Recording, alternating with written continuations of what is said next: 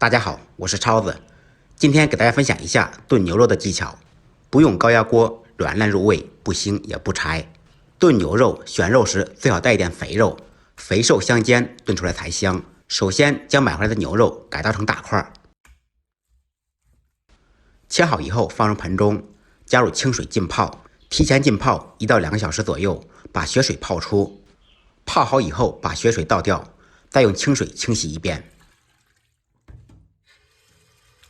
洗净以后，将牛肉改刀成大块。牛肉炖的时候会缩水，所以肉块改得稍微大一点。全部切好以后放入盆中备用。接下来准备炖牛肉的小料，准备少许姜片、小葱剜成节，一个去了籽的草果，草果的籽非常苦，所以我们把它去掉。少许干山楂或者新鲜山楂，没有山楂也可以用茶叶代替。放山楂和茶叶，主要是牛肉容易炖软烂。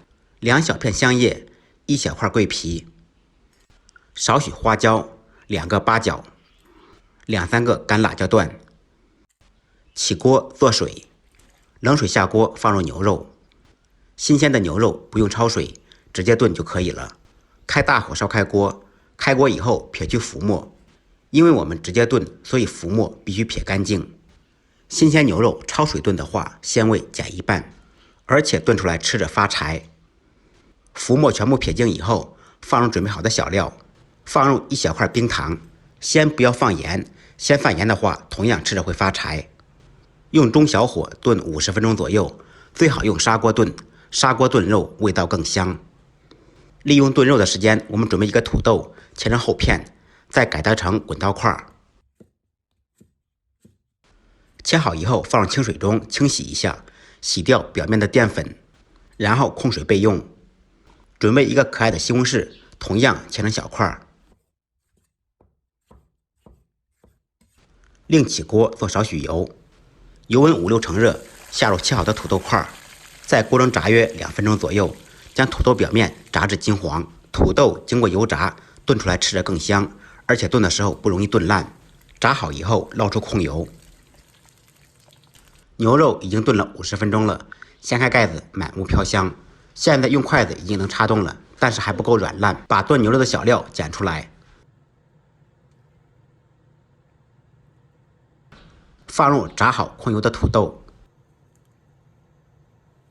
切好的西红柿。接下来我们调味，放入半勺生抽酱油，增加鲜香味，少许老抽调下颜色，喜欢吃清汤的老抽可以不放。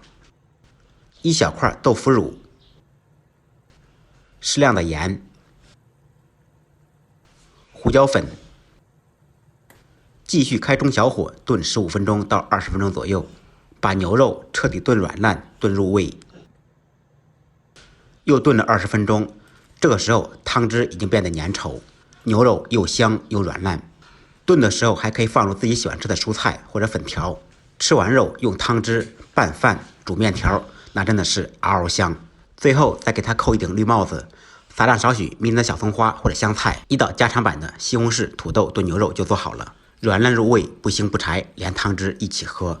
按照我的方法做，不好吃您提着牛肉来找我。感谢朋友们的支持点赞，再忙再累记得按时吃饭。下期视频见，拜拜。